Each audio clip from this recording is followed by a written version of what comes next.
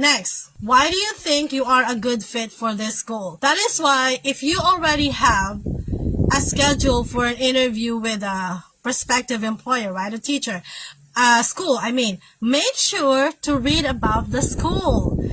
Each school, usually, they all have mission, vision, right? A slogan, not logo. You want to make sure that you have read about it so you can say something about those things so that your answers will be aligned to their own mission, vision, something like that. But like I said, don't go discussing things. Don't discuss, okay, so my vision, mission, something like that. No, just go directly to the point, okay? Why are you a good fit? For instance, the school might be putting so much importance in community, collaboration, or the culture within the school. How are you going to contribute to these things?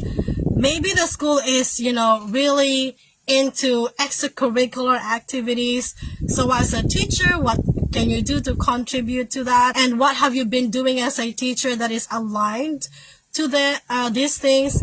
It could be about the diversity in the student population. Make sure to talk about, what is your experience when it comes to dealing with students with diverse culture, with diverse learning abilities, right? With diverse economic background. All your answers will then be aligned to their the principal of the school. So they want to hire a teacher who is a good fit to that, right? You don't want, because if you hire a teacher who has an opposite view on everything that your school is going after, of course they would not want to hire you, right? Read about the school, read about the district. Don't come to an interview without any preparation at all. Okay, this one is very important. Tell me about your behavior management strategy. So guys, if you are coming from somewhere where students are obedient, it's kind of second nature to them,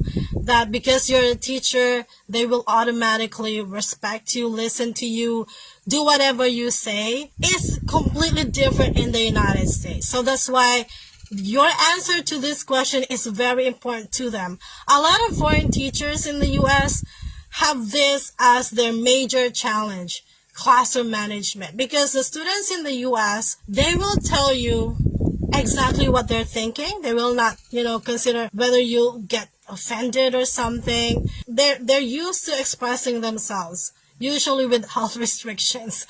Okay, and for us, it will be rude, right? We'll take it as, oh, it's rude, it's disrespectful. So yeah, and if you don't have a good control of the classroom, no learning will take place. So your ability to manage your classroom, including your students' behavior, is essential to creating an environment where they can learn. As a classroom that's,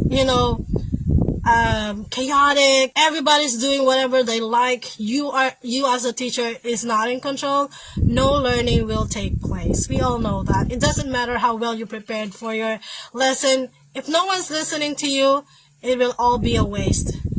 Okay, the school leaders you meet will want to know how you plan to make this happen, or how did you make it happen in the past in your own classroom. So in answering this question, make sure to discuss the strategies you've used to keep students engaged and on task. Engaged and on task.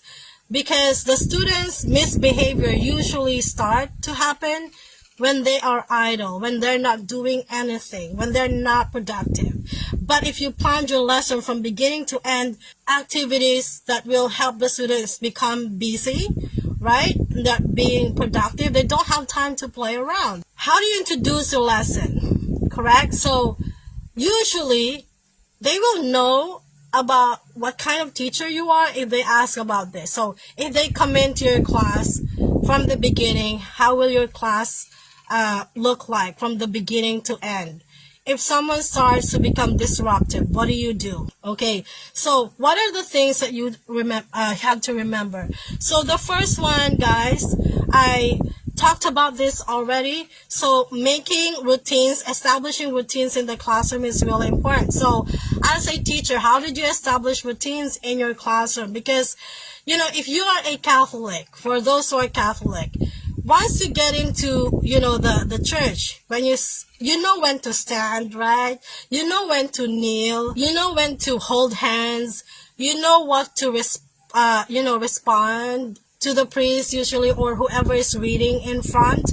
That's an example of a routine. Even with your eyes closed, you know what to do and when to do them. That's how we can describe routine. And if you have established a good routine in your classroom, it means that as soon as the students get into your class, they know what to do. Are they going to put their bags somewhere, or they can carry that with them but put that under the chair? Okay, so that's why we can talk about in the beginning of the school year, you are not skipping establishing the rules, the routines in the classroom. So you can describe about how you're making sure that these routines are established, right? For instance, it could be, how grade school students, if they come into school in the classroom without lining up, okay, what would the teacher do? Okay, go back again, go out again, and let's do this again, right? So practicing them, making a follow-up, establishing routine will not happen if you only talk about it one time, say day one, and then you don't talk about it, you don't practice it the next day, the next weeks, the next month, right? So establishing routine, talk about routines that you have in your classroom and how it helps you manage class.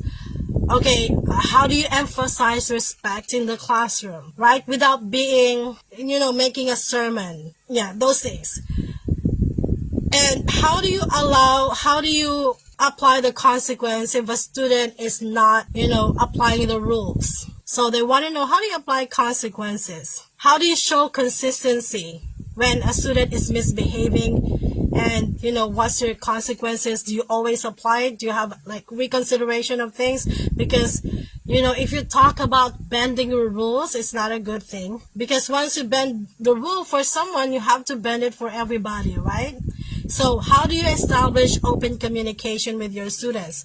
So think about your own experiences. So you can talk about the tools that you have in the classroom. Do you post, the rules in the classroom where the students can see them? Something like that. Yeah, they will definitely ask you about how you deal with disruptive students in the classroom.